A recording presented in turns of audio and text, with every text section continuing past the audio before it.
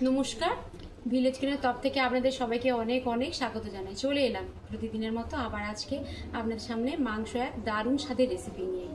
প্রথম থেকে শেষ পর্যন্ত ভিডিওটা দেখতে থাকুন আমি কিভাবে দারুণ স্বাদের মাংস রান্না করছি। আপনারা বাড়িতে এইভাবে রান্না করে খেতে পারবেন। বাবার বাড়ি চলে এসেছি, রান্না করব। আর রান্নাঘরে যাই, রান্নার উপকরণগুলো দেখিয়ে দিই।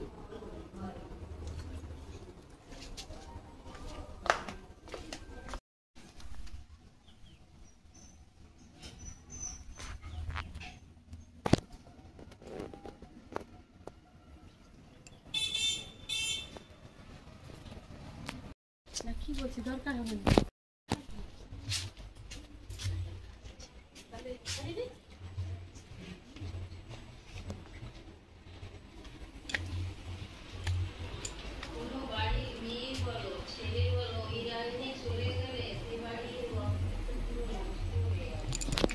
বন্ধুরা দেখুন, এই যে আজকে যে দারুণ স্বাদের একটা মাংস রান্না করব।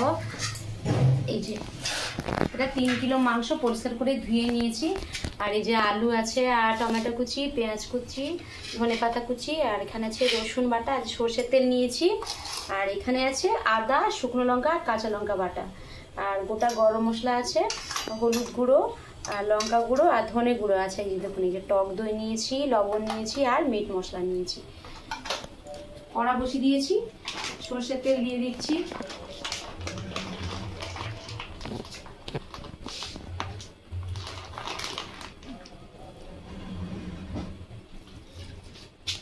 আজকে যে রান্নাটা আমি একবার রান্না করে বাবার বাড়িতে ভাই ছিল, সবাই ছিল, খাইয়েছি। সেই যে রান্নাটা, মাংস রান্নাটা ওদের মুখে লেগে গেছে। সেই জন্য বলছে দিদিভাই বাড়ি এসো, এখানে এসে রান্না করতে। সেই জন্য আমি এখানে এসে রান্না করলাম। তো সেই মুখে লেগে গেছে দারুণ স্বাদের মাংসটা।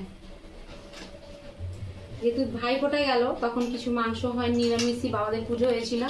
তো আজকে মাংস হচ্ছে। দেখুন তেলটা গরম হয়ে গেছে প্রায়। শুকনো লঙ্কা দিয়ে দিচ্ছি, এখানে 4টে নিয়েছি। আর এই যে এখানে দারুচিনি আছে, আর এটাকে কি বলে, জয়িত্রী, আর লবঙ্গ আছে, আর এলাচ কতগুলো থেতো করে নিয়েছি, দিয়ে দেবো।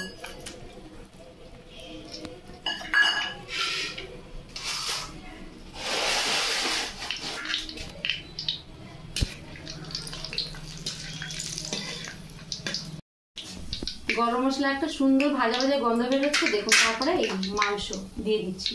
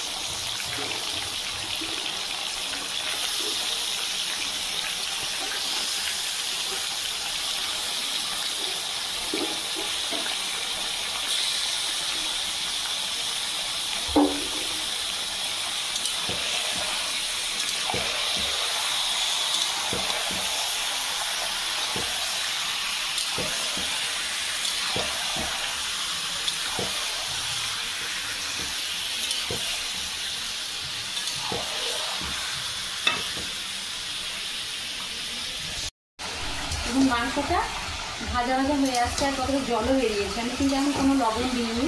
আর এই দেখুন, কেটে রাখা আলু দিয়ে দেবো। মাংস তো আপনারা অনেক রকম রান্না করে খেয়েছেন বাড়িতে। একবার আমি যেভাবে রান্না করছি, একবার রান্না করে বাড়ির সবাইকে খাওয়াবেন, দেখে সবাই খুব খুশি হবে। বারবার মাংস হলেই বলবে এই পদ্ধতিতে মাংস রান্না করতে।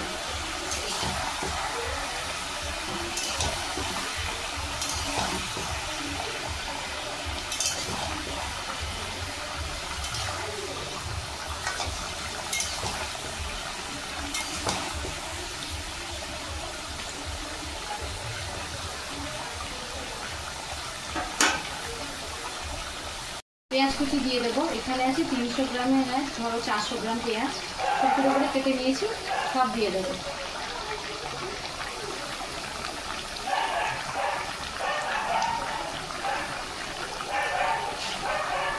এখানে বড় বড় 4টে টমেটো কেটে নিয়েছি, দিয়ে দিচ্ছি।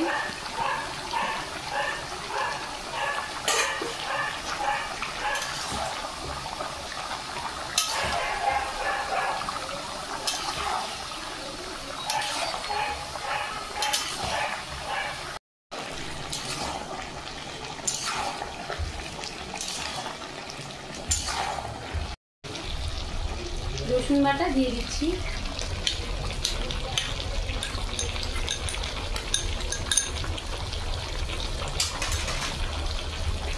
আদা, শুকনো লঙ্কা আর কাঁচা লঙ্কা বাটা।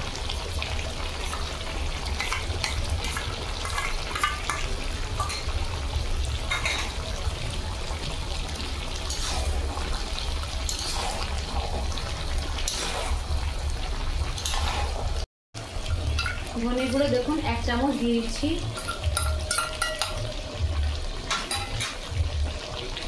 এখানে রেড চিলি পাউডার আছে আর ঝাল লঙ্কার গুঁড়ো একসঙ্গে, দুটো লঙ্কা মিশিয়ে নিয়েছি। এবার দেখুন 1 চামচ দিলাম আর 1 চামচ দিলাম।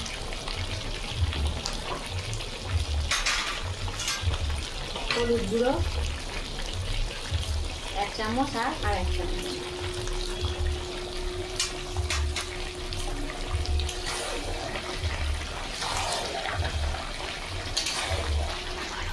রান্না হচ্ছে, এই তো আর একটু বাকি। খিদে লাগছে, তাড়াতাড়ি। হ্যাঁ তাড়াতাড়ি, আর একটু বাকি। সুন্দর হচ্ছে দেখতে, রং দারুণ, ফ্যান্টাস্টিক। লবণ দিয়ে দেবো।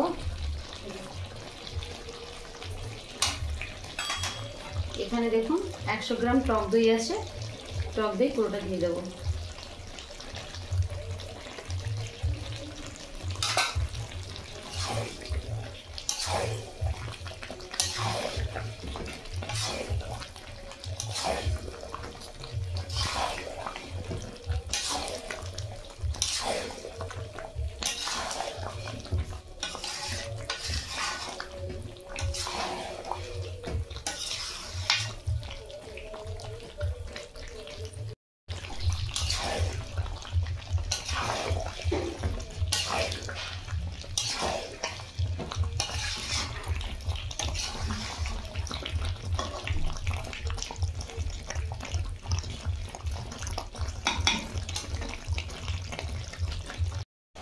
এখন মাংস কষানো হয়ে গেছে, মাংস থেকে তেল ছাড়তে শুরু করেছে। এবার এই যে মিট মশলা দিয়ে দেবো।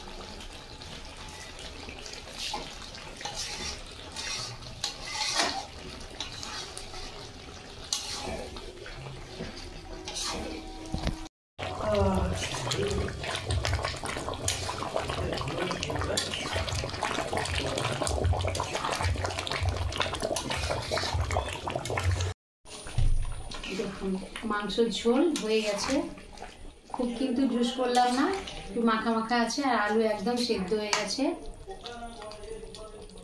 নামানোর আগে ধনেপাতা কুচি ছড়িয়ে দেবো।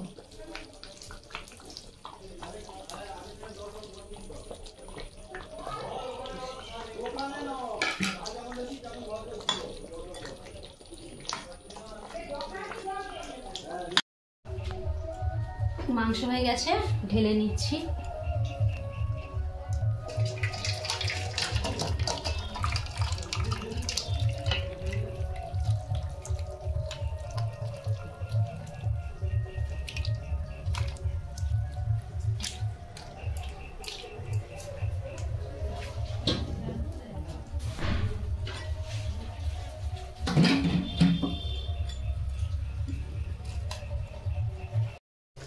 দেখুন কতগুলো ধনেপাতা রেখেছিলাম, উপর থেকে ছড়িয়ে দিচ্ছি।